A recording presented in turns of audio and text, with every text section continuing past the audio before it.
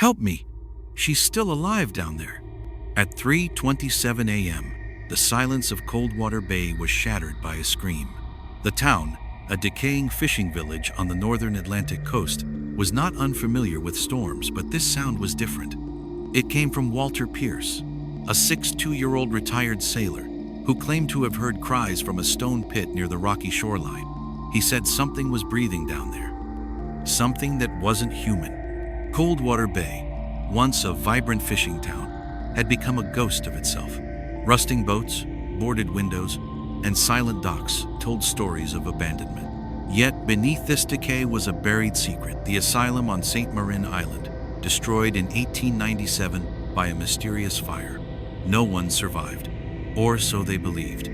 When police arrived, Walter was frantically digging, screaming that someone was breathing below, but they found nothing, just mossy stones and a rusted iron bell with the words "Call her home" etched into it. Then, the bell rang on its own. Birds took flight, and silence fell. That night, Walter was arrested. By morning, he was dead in his cell, drowned, mouth full of seawater. Detective Amelia Hart was sent from Boston to investigate. Within days, 3 more townspeople were dead, lungs filled with seawater, though none had entered the ocean. When Amelia visited the town cemetery, she noticed something chilling. The gravestones were tilted as if leaning away from something, and on the backs, faint scratch marks from the inside. In the town's only bar, Amelia met Jacob Holloway, an elderly blind man who whispered, "St. Marin has returned. She's back." He spoke of Eleanor Red, a 19th century patient sent to the asylum, a siren-like woman accused of seducing and drowning men. Her voice could mesmerize, and the bell? A relic to contain her. But each time it rings, she draws closer. Ignoring warnings, Amelia took a fishing boat to St. Marin Island. Thick fog wrapped around the decaying shoreline, where charred bed frames, broken medical tools, and scorched walls hinted at past horrors. At the island's center stood a cracked stone building.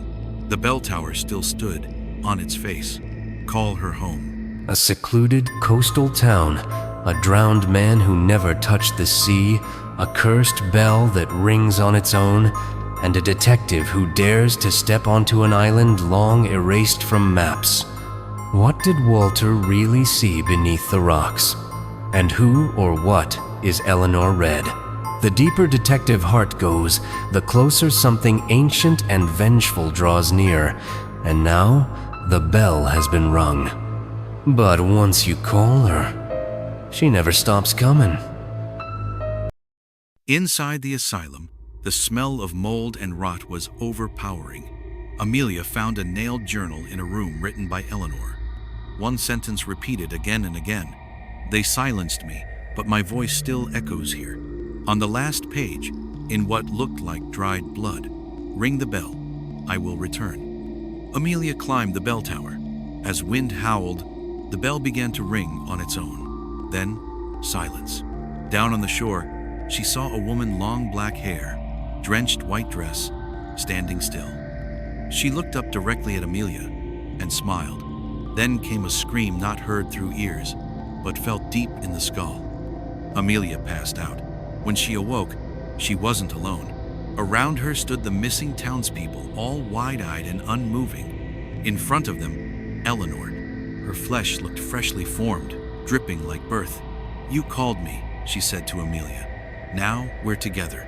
And everything went black. 3 days later, Amelia was found on the shoreline, clothes torn, eyes wide open but alive. She couldn't speak. Medical reports confirmed something chilling. Her vocal cords were gone, cut with surgical precision. No tools were found, no tracks, just sand and one set of wet footprints, leading back to the sea. Coldwater Bay no longer exists on any map, erased, forgotten.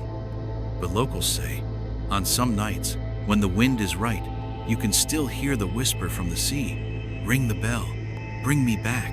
And sometimes that voice sneaks into radio signals. One Boston anchor froze mid-broadcast when a woman's voice whispered in his ear, "Amelia is still with me." So if you ever find yourself near the northern coast, if the waves bring you the sound of a bell, If you see a figure slowly walking out of the water, don't run. It's already too late. An island erased from maps, a woman silenced for over a century, and a bell that should never have rung.